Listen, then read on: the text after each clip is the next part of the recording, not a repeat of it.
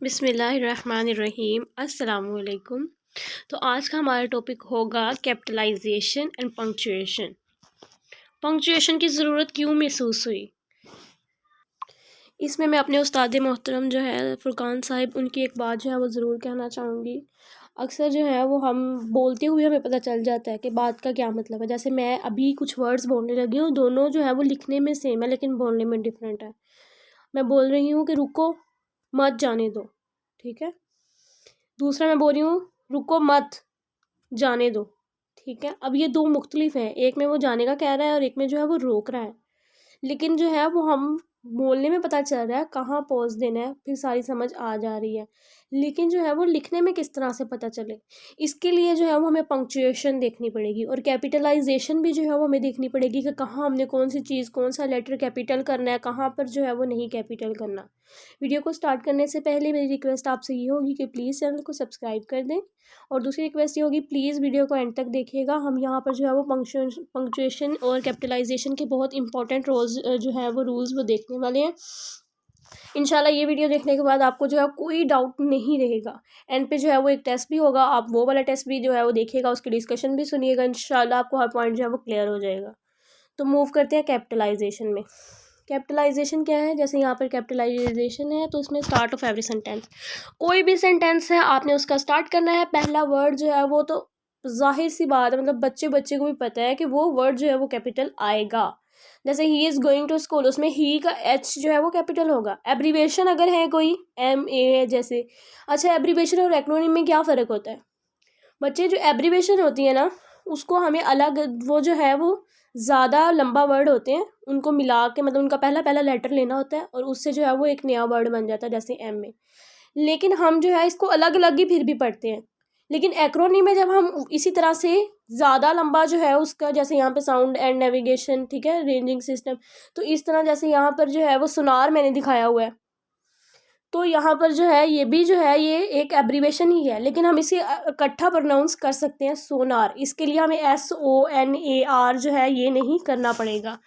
और प्रोनाउन जो है वो आई, ठीक है, चाहे ये फिक्रे के मिड में है, स्टार्ट में है, इसको कैपिटल रहने देना है। हेडिंग वगैरह, ठीक है, हेडिंग में अगर आप कोई भी हेडिंग है, हमारे पास पोइम्स होती हैं, उनकी हेडिंग में अगर कोई प्रोनाउन या आर्टिकल आ गया, इन द है, ठीक है, तो इसमें जो दा का टी होगा उसको कैपिटल नहीं करना। प्रॉपर नाउन, अब ये नीचे मैंने जितनी भी एग्जांपल दी हुई है ना, नेक्स्ट ये सारे के सारे प्रॉपर नाउन को ही एक्सप्लेन किया गया। कोई भी प्रॉपर नाउन है, प्रॉपर एडजेक्टिव है, उसका आपने पहला वर्ड कैपिटल रखना है। अल्लाह है जिस तरह से, डेज मंथ्स फेस्टिवल के नाम ये सारे के सारे खुद ब खुद आपको नज़र आ रहा है कि ये प्रॉपर नाउन में जाएंगे। जैसे थर्सडे MA है, ईद है, बुक्स के नेम, मैगजीन्स के नेम, न्यूज़पेपर के name, the holy Quran Dawn है, लेक्स के नेम, अगर रिवर के, अगर ये कोई भी सेंटेंस हो उसके मिड में भी आ रहे हैं तो तब भी जो है हम इसे कैपिटल ही लिखेंगे। ओशियन है, इंडस है, यहाँ पर जो है वो कंट्री है, सिटी है, स्ट्रीट है, रोड है, पाकिस्तान है, कराची, इनके जब नाम आ जाएंगे, जैसे यहाँ पे पीरियड है, मूवमेंट है, इवेंट इन हिस्ट्री है, लॉ और रेजोल्यूशन 1940 करारदाद पाकिस्तान या करारदाद लाहौर। लैंग्वेजेस है, द उर्दू लैंग्वेज में उर्दू का यू कैपिटल करें आप, ऑर्गेनाइजेशन के नाम है या टाइटल है, ठीक है, कोई भी आप उसको कैपिटल लिखें। हॉस्पिटल, पार्क्स, होटल्स और माउंटेन्स के नेम को आप कैपिटल लिखें। डेजर्ट है, मूवीज़ है, वॉर्स है, मैंने ज़्यादा इनकी एग्जांपल इसलिए नहीं दी, ये सिर्फ एक जो है वो एक शॉर्ट लिस्टेड थे, मैंने नाम लिख दिए हैं कि इनके जो है वर्ड जो कैपिटल आएंगे। और अगर कोई सेंटेंस इन्वर्टेड कोमास के अंदर आ रहा है तो फिर भी आपने उसे कैपिटल ही रखना है। कोई पर्सोनिफाइड ऑब्जेक्ट है, जैसे यहाँ पे मैंने लिखा हुआ है ब्यूटीज़ ग्लांस, ये हमारी बुक के अंदर टेक्सचुअल क्लू है, ठीक है। तो यहाँ पर जो ब्यूटीज़ ग्लांस है ना, ठीक है, तो वो है पर्सोनिफिकेशन। क्या होती है पर्सोनिफिकेशन बच्चे? ये होती है कि अगर कोई ऐसी चीज़ है जो कि नॉन लिविंग है लेकिन हम उसे पोइम में एज अ लिविंग करेक्टर दे रहे हैं। जैसे यहाँ पे ब्यूटी को हमने एज अ गर्ल लिया है, तो इसको आपने जो है इसका पहला वर्ड कैपिटल कर देना है। तो ये थे कुछ कैपिटल के रूल्स।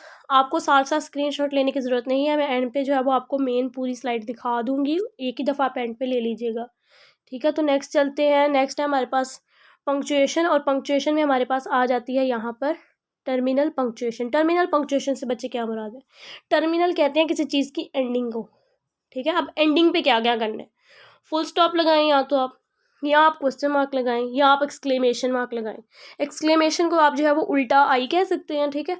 तो ये मैंने इनके आगे आगे सिंबल भी बना दिए हैं। नेक्स्ट हम देखते हैं फुल स्टॉप को हमने कहाँ कहाँ यूज़ करना है। एक तो हम उसको फिक्रे के एंड पे कंप्लीट पॉज के लिए यूज़ करेंगे, जैसे यहाँ शी इज़ हैप्पी। और बच्चे एक बात याद रखनी है, हैप्पी और फुल स्टॉप के दरमियान स्पेस नहीं देनी ज़रा सी भी, ठीक है। अभी अभी हमने एब्रीवेशन देखी, उनमें भी ये फुल स्टॉप यूज़ हुआ था, just a dot, okay. Example है यहाँ पे, एग्जाम्पल ग्रेटिया, जिसे ईजी कहते हैं हम अपनी आम जुबान में, ये लैटिन वर्ड है, इसका मतलब फॉर एग्जाम्पल है। एटसेट्रा, इसका मतलब होता है कि सोन, काफ़ी चीज़ें हैं आगे भी। आई जिसे हम IDST कहते हैं ना, ये लैटिन का वर्ड, इसका मतलब होता है डैट इज़ या इम्प्लाइज डैट, ठीक है। नेक्स्ट आ जाता है क्वेश्चन मार्क। क्वेश्चन मार्क हमेशा आप इंटेरोगेटिव सेंटेंसेस के लास्ट पे लिखेंगे। जब हम बोल रहे होते हैं तो हमें पता चल जाता है कि ये बात क्वेश्चन में है या नहीं है, लेकिन जब हम लिखते हैं तो हम एंड पे जब क्वेश्चन मार्क देखते हैं तो हमें वहाँ से जो है वो अंदाज़ा हो जाता है ये एक इंटेरोगेटिव जो है वो सेंटेंस है। Do you like my video, ठीक है। Next question mark. Why are you late, आगे क्वेश्चन मार्क। ज़रूरी नहीं है कि हमेशा हेल्पिंग वर्ब भी स्टार्ट में हो, ये वाई, हाउ, व्हेन, ये वेयर वगैरह के वर्ड्स जब ये स्टार्ट में आ जाते हैं तो तब भी इंटेरोगेटिव सेंटेंस बन जाता है, उसके एंड पे क्वेश्चन मार्क लगाएं। नेक्स्ट आ जाता है एक्सक्लेमेशन मार्क। एक्सक्लेमेशन मार्क क्या होता है? At the end of imperative sentences या इंटेरोगेटिव सेंटेंसेस या ऑप्टेटिव सेंटेंसेस। इम्पेरेटिव सेंटेंसेस कौन से होते हैं बच्चे? जिसमें जो है वो आप किसी को ऑर्डर करते हो, कमांड करते हो, कोई रिक्वेस्ट करते हो। इंटेरोगेटिव नहीं, एक तो इम्पेरेटिव है, एक ऑप्टेटिव है, और एक यहाँ पे एक्सक्लेमेटरी, सॉरी ये गलती से इंटेरोगेटिव लिखा गया, यहाँ पे एक्सक्लेमेटरी आएगा, ठीक है। तो इनके बाद आप एक्सक्लेमेशन मार्क लगाएं, जैसे आउच डॉग बाइट मी, ठीक है। मे यू लिव लॉन्ग, अब ये आउच, ठीक है, डॉग कुत्ते ने काट लिया है मुझे, तो उसके लिए जो मैंने आउच बोला, इसमें मेरी कितनी फीलिंग्स है, कितनी इमोशन है, मैंने वो चीज़ जो है वो एक अपने अंदर जब मैं बोल रही हूँ तो पता चल रहा है, लेकिन यहाँ पर एक्सक्लेमेशन मार्क बताएगा कि इसके अंदर फीलिंग्स और इमोशंस हैं इस चीज़ के अंदर। May you live long, I mean optative sentence की एक एग्जाम्पल मैंने ले ली, और यहाँ पर जो है वो आप इम्पेरेटिव की भी ले सकते हैं, ओपन द डोर, ठीक है। यहाँ तो रिक्वेस्ट है, यहाँ ऑर्डर है, जैसे भी आप इसके बाद एक्सक्लेमेशन लगा सकते हैं, ठीक है। अब ये तो थी कुछ टर्मिनल पंक्चुएशन। नेक्स्ट आ जाता है हमारे पास कोमा। कोमा को कहाँ कहाँ यूज़ करना है? जो फुल स्टॉप होता है ना, ये फुल पॉज होता है, लेकिन जो कोमा होता है ये हाफ पॉज होता है। ये क्या करता है? सबसे पहला इसका काम है कि इसने सेपरेट करने होते हैं आइटम्स, जैसे आई बाय मैंगोज, एप्पल्स, एंड। अच्छा, ये जो है ना, ये एप्पल के आगे जो मैंने कोमा लगा के और फिर एंड लिखा हुआ है, ये वाला कोमा कहलाता है ऑक्सफोर्ड कोमा। सिर्फ इन्फॉर्मेशन के लिए बता रही हूँ, याद रखने की ज़रूरत नहीं। कुछ कहते हैं कि यहाँ पर ये कोमा आना चाहिए, कुछ कहते हैं नहीं आना चाहिए। मेरा ये मानना है कि आना चाहिए, अगर आप नहीं भी लगाएंगे तो कोई इशू नहीं है। नेक्स्ट है, ये सेपरेट करता है रिपोर्टेड स्पीच को रिपोर्टिंग स्पीच से। शी सेड रिपोर्टेड स्पीच है, I am ill inverted commas में रिपोर्टिंग स्पीच है। इन दोनों की सेपरेशन के लिए ये आपको नज़र आ रहा है कोमा। नेक्स्ट है, सेपरेट करता है रिलेटिव क्लॉज को, लेकिन यहाँ पर आपने जो है इसेंशियल और नॉन इसेंशियल का कॉन्सेप्ट ज़रूर लेना है, ताकि आप पेपर में गलती ना कर बैठें, कि ये ना हो कि आप वहाँ कोमा लगा दें जहाँ ज़रूरत ही नहीं है। The girl who is brave wins the battle. अब हु इज़ ब्रेव एक नॉन इसेंशियल रिलेटिव क्लॉज है, अगर आप इसे हटा दें, the girl wins the battle, बात पूरी समझ में आ रही है कि लड़की जंग जीत गई है, जीतती है। तो आप जो है यहाँ पर ये नॉन इसेंशियल क्लॉज है, इसको आप कोमा से सेपरेट करें, क्योंकि ये सेंटेंस का पार्ट नहीं है, ये एक्स्ट्रा इन्फॉर्मेशन के तौर पर है। या दूसरा मैंने यहाँ पे लिखा था बॉय इज क्रेजी, लड़का जो है वो पागल है। हु किल हिम, यहाँ पर जो है ये एसेंशियल क्लॉज है, ये सेंटेंस का पार्ट है। अक्सर जो है वो इस सेंटेंस को रॉन्ग लिया जाता है, वो कहते हैं कि बॉय के बाद ही आना चाहिए हु, लेकिन अगर ये इस तरह से लिखा हो तो आपने कोमा वहाँ नहीं लगाना, क्योंकि ये सेंटेंस का पार्ट बन जाता है। नेक्स्ट आ जाता है सेपरेट करने के लिए इन्फिनेटिव्स को, जैसे यहाँ पे टू लर्न है, टू प्लस वर्ब की फर्स्ट फॉर्म को कहते हैं infinitives, is a good thing. Next आ जाता है कोऑर्डिनेटिंग कंजंक्शन। अब ये बहुत इंपॉर्टेंट कॉन्सेप्ट है कोऑर्डिनेटिंग कंजंक्शन वाला। यहाँ पर जो है पीछे एक इंडिपेंडेंट क्लॉज है, दोनों इंडिपेंडेंट, यानी कि यहाँ पर मैं बात करने वाली हूँ कंपाउंड सेंटेंस। कंपाउंड सेंटेंस क्या होता है? जिसमें दोनों इंडिपेंडेंट क्लॉज हो। इंडिपेंडेंट क्लॉज क्या होती है? मेन क्लॉज, जो कि कंप्लीट सेंटेंस हो सकता है, कंप्लीट सेंटेंस का मीनिंग देता है, ठीक है। इन दोनों के दरमियान में अगर आप कोमा लगा के फैन बॉयज़ में से कोई भी जो है वो कंजंक्शन ले, फैन बॉयज़ जो है ये एक जो है वो निमोनिक है, याद करने के लिए। एफ से फॉर, ए से एंड, एन से नोर, बी से बट, ओ से और, वाई से येट, एंड एस से सो। अगर कोमे के बाद इनमें से कोई वर्ड हो तो आपने जो है वो कोमा लगाना। सब ऑर्डिनेटिंग कंजंक्शंस क्या होते हैं? ये कॉम्प्लेक्स में मैं जा रही हूँ, कॉम्प्लेक्स सेंटेंस में। इसमें एक डिपेंडेंट क्लॉज होगी और एक इंडिपेंडेंट, यहाँ एक इंडिपेंडेंट होगी और कई सारी डिपेंडेंट क्लॉजेज होंगी। अगर स्टार्ट में कंजंक्शन है उसके बाद डिपेंडेंट क्लॉज है, ठीक है, और फिर आपके पास जो है वो इंडिपेंडेंट क्लॉज है, फिर आप कोमा लगाएं।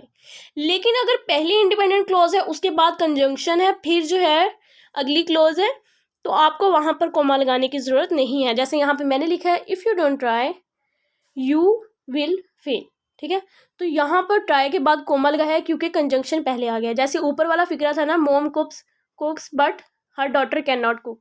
अब ये दोनों कंप्लीट थे, माँ खाना पकाती है उसकी बेटी नहीं पका सकती, दोनों की समझ आ रही है ना, हर चीज़ मुकम्मल है सेंटेंस के तौर पे। लेकिन आप इसको क्लोजली रिलेटेड करना चाह रहे थे तो आपने दरमियान में एक कोऑर्डिनेटिंग कंजंक्शन लगाया, लेकिन उससे पहले आपको लगाना पड़ेगा कोमा। नेक्स्ट है एडवर्ब। अगर कुछ मैंने आपको पहले एडवर्ब के अंदर भी ये वाली बात क्लियर की थी, कुछ एडवर्ब सिर्फ वर्ब को नहीं कर रहे होते डिस्क्राइब, वो एक पूरे सेंटेंस को डिस्क्राइब कर रहे होते हैं फीलिंग्स के साथ। जैसे अनफॉर्चुनेटली, बदकिस्मती से हम हार गए, ये पूरी लाइन को जो है वो कर रहा है, तो आप इसके बाद कोमा लगाएं, ठीक है। अदरवाइज अगर ये वर्ब को कर रहा है ना, तो तब आप अगर ये एडवर्ब वर्ब को या एडजेक्टिव को या अनदर एडवर्ब को क्लासीफाई कर रहा है, उससे जो मॉडिफाई कर रहा है, तो आपको वहाँ कोमा लगाने की ज़रूरत नहीं है। लेकिन जब ये पूरी लाइन को करेगा तो आपको लगाना पड़ेगा। नेक्स्ट आ जाता है सेमी कॉलन। अच्छा, मैंने ये स्लाइड जो है दोनों इकट्ठी इसलिए की हैं क्योंकि यहाँ पर सेमी कॉलन का जो यहाँ पर सेमी कॉलन, सबसे पहले आप ये देखें ऊपर एक डॉट है नीचे कोमा है, इसे कहते हैं सेमी कॉलन। इसमें और कोमा में क्या फ़र्क है ये भी हम देखने जा रहे हैं। इसका पहला पॉइंट जो है इसको आपने रिलेट करके याद करना है, कोमा के जो है कोमा के आपने 5th पॉइंट से इसे रिलेट करके याद करना है। यहाँ पे मैंने लिखा clauses without coordinating conjunction but still independent. दो इंडिपेंडेंट क्लॉजेज हैं, बीच में आप जो है वो कोऑर्डिनेटिंग कंजंक्शन नहीं लगा रहे, लेकिन आप उसको क्लोजली रिलेटेड करने के लिए सेमीकोलन लगा रहे हैं। जैसे यहाँ पे मैंने कहा था मोम कुक, अभी आप कोमा में आके देखें 5th पॉइंट, मोम cook but her daughter can not cook. यहाँ मैं कह रही हूँ मोम cook but her daughter can not cook, यहाँ पर मैं बट हटा रही हूँ लेकिन फिर भी मैं दोनों को जोड़ना चाह रही हूँ, तो यहाँ पर मैं क्या लगाऊंगी, semicolon. To err is human, to forgive is divine, यहाँ पे भी आप सेमीकोलन लगाएं। यानी कि दो इंडिपेंडेंट क्लोजेस में अगर आप कोऑर्डिनेटिंग कंजंक्शन नहीं लगाना चाह रहे कोई भी फैन बॉयज़ में से, तो आप वहाँ पर सेमीकोलन लगाएं। ठीक हो गई बात। ये आपने जो है कोमा के 5th पॉइंट और सेमीकोलन के 1st पॉइंट को मिला के याद करना है, ठीक है। नेक्स्ट आ जाता है कंजंक्टिव एडवर्ब्स, जैसे देयरफॉर है, नेवरथलेस है। ये ना अक्सर दो इंडिपेंडेंट क्लॉजेस के दरमियान ही होते हैं, तो पहले में आपने लगाना है सेमीकोलन फिर कोई भी कंजंक्टिव एडवर्ब लगाना है, उसके बाद आपने कोमा लगाना है, ठीक है। जैसे मैंने नीचे एग्जांपल भी दी है, she is feeling alone however I met her, वो तन्हा थी तो इसलिए मैं उससे मिला, ठीक है, तहाँ मैं उससे मिला। तो यहाँ पर पहले आप सेमीकोलन लगाएंगे, फिर आप वो कंजंक्टिव एडवर्ब लगाएंगे, फिर आप कोमा लगाएंगे। नेक्स्ट आ जाता है कोलन। कोलन को किस तरह से यूज़ करना है, सबसे पहली बात तो कोलन यूज़ होगा टू इनएमरेट अ लिस्ट। अब आपने जो है कोलन का 1st पॉइंट और यहाँ पर आपने कोमा का 1st पॉइंट मिला के याद करना है। जैसे यहाँ था आई बाय मैंगोज एप्पल्स एंड बनाना, यहाँ क्यों नहीं आई बाय के बाद लगा, बच्चे आपने कोलन तब लगाना है जब पिछला फिक्रा पूरा बता रहा हो कि आगे क्या क्या मैं इनलिस्ट करने वाला हूँ। जैसे आई बाय 3 एटम्स, उसके बाद उनके नाम, फिर आप लगाएं, अदरवाइज ना लगाएं। अदरवाइज आप कोमा से सेपरेट कर दें और उसको कोई सेपरेशन के लिए कोलन लगाने की ज़रूरत नहीं है। नेक्स्ट आ जाता है second clause is already understood. अच्छा, ये जो है ना इसके बाकी यूजेस कोलन के, इसको देख के परेशान नहीं होना, ये बहुत इनफॉर्मल है, बहुत कम यूज़ होने वाले हैं इसके। जैसे old is gold new is silver, इसमें अगर आप सेमी कोलन भी लगाएं तो कोई मसला नहीं है। लेकिन अगर मैं कहूँ ओल्ड इज़ गोल्ड, तो आपको पता चल ही जा रहा है कि मैं पुरानी चीज़ की जो है वो करने लगी हूँ अच्छाई और नई की करने लगी हूँ बुराई। तो आप कहोगे ओल्ड इज़ गोल्ड, तो अंडरस्टूड है कि नेक्स्ट न्यू इज़ सिल्वर है। आप वहाँ पे जो है वो सेमी कोलन भी लगा सकते हैं, कोलन भी लगा सकते हैं। नेक्स्ट है इनलिस्ट करने के लिए reasons, she can not come, वो क्यों नहीं आई, शी इज़ इल, वो बीमार भी थी। अब बीमार के बाद मैंने कोमा क्यों लगाया, क्योंकि एक तो फैन बॉयज़ में से आया एंड, ठीक है, और फैन बॉयज़ में से अगर कोई हो कोऑर्डिनेटिंग कंजंक्शन तो उससे पहले हमें कोमा लगाना पड़ता है। एंड गो टू डॉक्टर, और इसको हम यूज़ कर सकते हैं instead of but then so because, ठीक है, ये भी बहुत इनफॉर्मल है, आपने इन चीज़ों को देख के परेशान नहीं होना। नेक्स्ट रिपोर्टेड, हाँ ये वाला जो है ये भी बहुत इनफॉर्मल है, आप यहाँ पे शी सेड के बाद ज़्यादातर कोमा लगाते हैं, लेकिन अक्सर जो है यहाँ पर सेमी कोलन भी लगाया होता है, तो ये कोई इतना हार्ड एंड फास्ट रूल नहीं है, आपने इसे देख के परेशान नहीं होना है। चलिए नेक्स्ट मूव करते हैं। डैश, देखिए डैश के आगे मैंने एक लंबी सी लाइन लगाई है, ये किस लिए होता है? सडन ब्रेकेज के लिए, या किसी चीज़ को आपने हरिएशन में वाइंड अप करना है। I am happy and I can, यहाँ पर एंड से पहले कोमा क्यों लगा है? क्योंकि ये दोनों जो है वो इंडिपेंडेंट क्लॉजेस थी, फैन बॉयज़ में से एक आया, उससे पहले कोमा लगाना पड़ा। अगर यहाँ पर एंड ना होता तो अब सेमीकोलन लगा देते, ठीक है। I am happy and I can live without you, ठीक है। मैं उसे कुछ बातें बता रही हूँ, लेकिन फिर एकदम से मुझे ख्याल आया, but why I am telling this to you, मैं तुम्हें क्यों बताऊँ? तो यहाँ पर आप डैश यूज़ करेंगे। इसके अलावा जो है वो आप इनोमरेशन और समिंग अप के लिए, अभी आपने कहा कि हमने इनोमरेट के लिए समी जो है वो कॉलन को लगाना, अभी आप कह रहे हैं हमने लगाना डैश को, तो अभी देखते हैं इनमें क्या फ़र्क है। ये कॉलन के बिल्कुल ऑपोजिट है। अगर चीज़ें पहले डिस्क्राइब हो और उसके बाद आपने बताना हो कि क्या बात हुई है, तो आप यहाँ पर डैश लगाएं। जैसे फ्रेंड, रिलेटिव, नेबर, यानी कि सबके नाम ले रहा है, फलाना, ठमकाना, ये वो ये, तो उसके बाद वो कह रहा है आल, सब, यहाँ इसकी पहचान आल से करेंगे आप, ठीक है। और आपने याद रखना है कि डैश के पहले और बाद में जो है वो स्पेस होगी, तो आपने कहना आल डिजर्टेड में, सबने मुझे तबाह कर दिया, you, Ayesha, Ahmad, Aslam and I. उसके बाद मैं सम अप करने के लिए कह रही हूँ ऑल आर सैड, सब के सब जो है वो सैड है, ठीक है। तो आप यहाँ पर जो है वो आप डैश का इस्तेमाल कर सकते हैं, या ऑल आर हैप्पी। हाइफन और डैश में क्या फ़र्क है? एक तो हाइफन जो है वो छोटा होता है डैश के मुकाबले में, इसकी लेंथ कम होती है। दूसरा, यहाँ पर डैश के जो है वो इर्द गिर्द स्पेस का होना ज़रूरी है, और हाइफन में इतनी स्पेस का होना ज़रूरी नहीं है। नेक्स्ट है, अगर हाइफन कहाँ लगाना है? जहाँ कंपाउंड वर्ड्स हों, जैसे 35, सिस्टर इन लॉ, ठीक है। तो इसका सिर्फ एक यही है जो है इसका यूज़। नेक्स्ट आ जाता है एपोस्ट्रॉफ। एपोस्ट्रॉफ सबसे पहले जो है पोजेशन, जैसे यहाँ आयशाज पेन लिखा हुआ है मैंने, बॉयज़ के आगे एस लगाने की ज़रूरत नहीं है, ऑलरेडी प्लूरल है। अच्छा, लेकिन अगर ये एंड पर एस हो, हमने हिसिंग साउंड बचानी हो, और वो जो है वो वर्ड जो है वो सिंगुलर है, तो आप अपनी मर्ज़ी है, दोनों ठीक है। आप एपोस्ट्रॉफ लगा के एस ना भी लगाएं तब भी ठीक है, लगा दें एस तब भी ठीक है, वो आप पर है, ठीक है। मैं फिर भी जो है वो फर्स्ट वाला यहाँ पे भी फॉलो करती हूँ कि हिसिंग साउंड जो है वो कम से कम हो, लेकिन अब ग्रामर कहती है को नीचे वाला भी ठीक है अगर सिंगुलर है।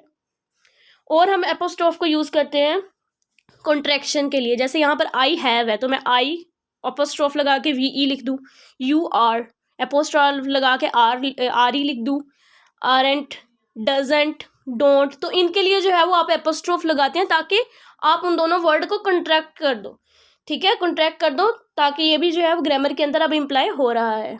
और इसका क्या है रूल, अगर हमने डिजिट और नंबर वगैरह का ना अल्फ़ाबेट का प्लूरल बनाना हो, जैसे यहाँ पे मैंने एक सेंटेंस लिखा, हाउ मैनी फोर्स इन, आगे मैंने एक पूरी एक वैल्यू लिखी है, इसमें कितने फोर्स हैं, तो 1 2 3 4, इसमें 4 ही जो है वो 4 है। या मैं अपना नाम जो है वो किसी का नाम लिखूँ मरियम, उसमें मैं पूछूँ how many M's, M S तो नहीं ना मैं कहूँगी, अब कितना अजीब लगेगा, how many 4 S, how many M S गलत है, एपोस्ट्रोफ लगा के फिर एस लगाए। हाउ मैनी दाज इन द पैराग्राफ, जो अभी भी पैराग्राफ पढ़ा उसमें कितने दाज हैं। डबल इन्वर्टेड कॉमास जो है वो कहाँ पर लगाने हैं, और सिंगल इन्वर्टेड कॉमास कहाँ पर लगाने हैं, आइए देखते हैं। रिपोर्टिंग स्पीच के लिए जो है वो आपने डबल इन्वर्टेड कॉमास लगाने हैं, she said I am ill, ठीक है। या कोई आपने वर्ड हाईलाइट करना है, किसी बुक का नाम आ गया है, आप उससे जो है वो पूरे सेंटेंस से अलग करना चाह रहे हो, तो आप वहाँ पर डबल इन्वर्टेड कॉमास का इस्तेमाल करें। जैसे यहाँ पे मैंने एक बुक का नाम लिखा है प्राइड एंड प्रेजुडिस, ठीक है। अगर मैं यहाँ पे एपोस्ट्रोफ ना लगाती तो वो लगता कि दो अलग अलग चीज़ें हैं, एक चीज़ ये एक चीज़ वो है, फिर मुझे लगाना पड़ता आर, और उसके बाद जो है वो सेंटेंस सारा ख़राब हो जाता। तो वहाँ पर आपने हाईलाइट करने के लिए डबल इन्वर्टेड कॉमास लगा देने हैं। सिंगल इन्वर्टेड कॉमा कहाँ पे लगाने हैं, जब जहाँ पर कोट विद इन कोट हो, यानी कि शी सेड ऑलरेडी जो है वो यहाँ पर इन्वर्टेड कॉमास जो है वो रिपोर्टिंग स्पीच की वजह से पहले ही आ रहे हैं। My favourite book is pride and prejudice, तो यहाँ पर प्राइड एंड प्रेजुडिस को अलग करने के लिए जो है वो आप एक जो है वो सिंगल इन्वर्टेड कॉमास का इस्तेमाल करेंगे, डबल का नहीं करेंगे। यानी कि डबल इन्वर्टेड कॉमास के अंदर भी अगर कोई चीज़ हाईलाइट करनी है तो आप सिंगल इन्वर्टेड कॉमास का इस्तेमाल कर सकते हैं। ब्रैकेट कहाँ पे यूज़ करनी है, यहाँ पर जो है वो ब्रैकेट को पैरेंथेसिस भी कहते हैं, कर्ली ब्रैकेट्स भी होती हैं, जो लार्ज ब्रैकेट्स भी होती हैं, लेकिन ज़्यादातर इंग्लिश में राउंड ब्रैकेट्स यूज़ होती हैं, जैसे यहाँ पे मैंने दिखाई हुई है। नीचे मैंने एग्जांपल दिया, his wife he married a year ago, यानी कि मैं एक चीज़ को क्लेरिफाई कर रही हूँ कि उसकी शादी जो है वो 1 साल पहले हुई है।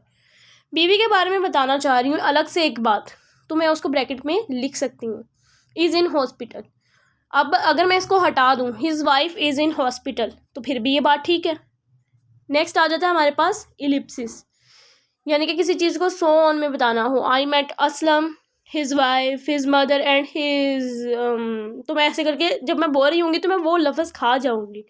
लेकिन रिटर्न के अंदर हमने उसको किस तरह से शो करना है कि शायद इसमें वहाँ पर जो है, यहाँ पर जो मैंने करके कोई बात छुपाई है, शायद मैं उसकी गर्लफ्रेंड से भी मिली हूँ, ठीक है।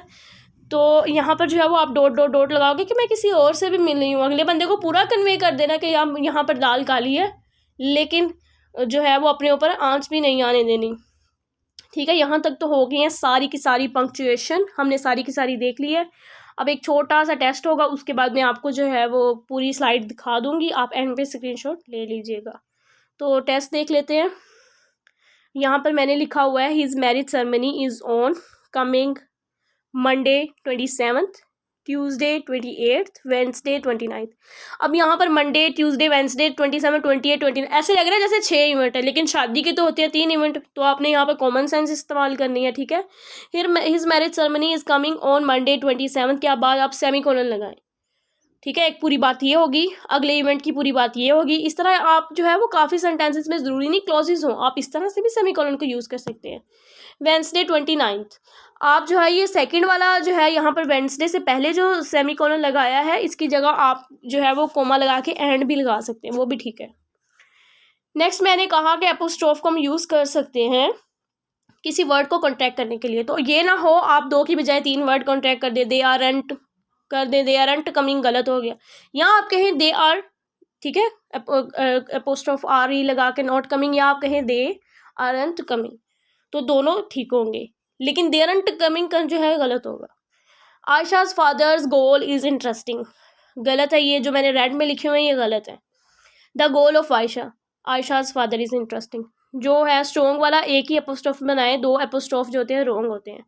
नेक्स्ट आ जाता है जो बच्चे, अब ये वाला जो पॉइंट है होशियार होकर सुनिए, जो बच्चे जिनको आदत होती है ना आय के साथ हमेशा एम लगाने की, वो यहाँ पर होशियार हो जाए। आय के साथ हमेशा एम नहीं होगा। अब यहाँ पे मैंने बात की, आय जो है वो मेरा फेवरेट लेटर है, किसी का ए है किसी का बी है, लेकिन मेरा फेवरेट लेटर क्या है, आय। तो आय के बाद अब आय यहाँ पर एज अ प्रोनाउन नहीं आ रहा है, एक लेटर के तौर पर आ रहा है, तो आप इज़ लगाएं, इसलिए मैंने इन्वर्टेड कॉमास लगाए। इन्वर्टेड कॉमास होते ही इस चीज़ के लिए कि किसी चीज़ को हाईलाइट किया जाए, ठीक है। नेक्स्ट है I am happy but she is not, तो ये गलत है, क्योंकि एक तो कोऑर्डिनेटिंग कंजंक्शन यहाँ पर बट यूज़ हुआ है, दूसरा यहाँ पर जो है वो हमने साथ ही है इसके सेमी कोलन यूज़ किया, गलत हो गया। आप जो है यहाँ पर सेमी कोलन को हटाकर बट लगाएं, यहाँ पर जैसे मैंने कोमे के साथ बट लगाया, या अगर आप बट ना लगाएं खाली सेमी कोलन लगा दे तो तब भी ठीक होगा। नेक्स्ट है I am happy when you will come, अब ये भी बात हुई कि ऐसा नहीं करना, अगर ये फिक्रा व्हेन से स्टार्ट हो रहा होता तो फिर डिपेंडेंट क्लॉज पहले आ जाती, फिर आप कोमा लगा के आई एम हैप्पी करते। यहाँ अब अगर इसी को आपने ठीक करना है तो आप व्हेन से पहले कोमा हटा दें, ठीक है। अभी अभी ये बातें हुई हैं कोऑर्डिनेटिंग क्लॉज वाली और सबऑर्डिनेटिंग क्लॉज वाली, ठीक है। तो अब मैं कहती हूँ कि आप जो है वो एस ले लें, यहाँ सबसे पहले आप इसका ले लें,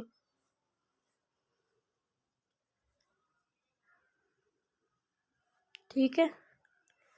अब आप इसका ले लें, इंशाल्लाह ये 2 पेजेस जो हैं वो आपको बहुत ज़्यादा मदद करने वाले हैं, इसके अंदर कोई रूल ऐसा नहीं है जो मिस हुआ हो, ठीक है। तो अब आप मुझे अपनी दुआओं में याद रखिएगा, कोई क्वेश्चन हो तो ज़रूर पूछिएगा।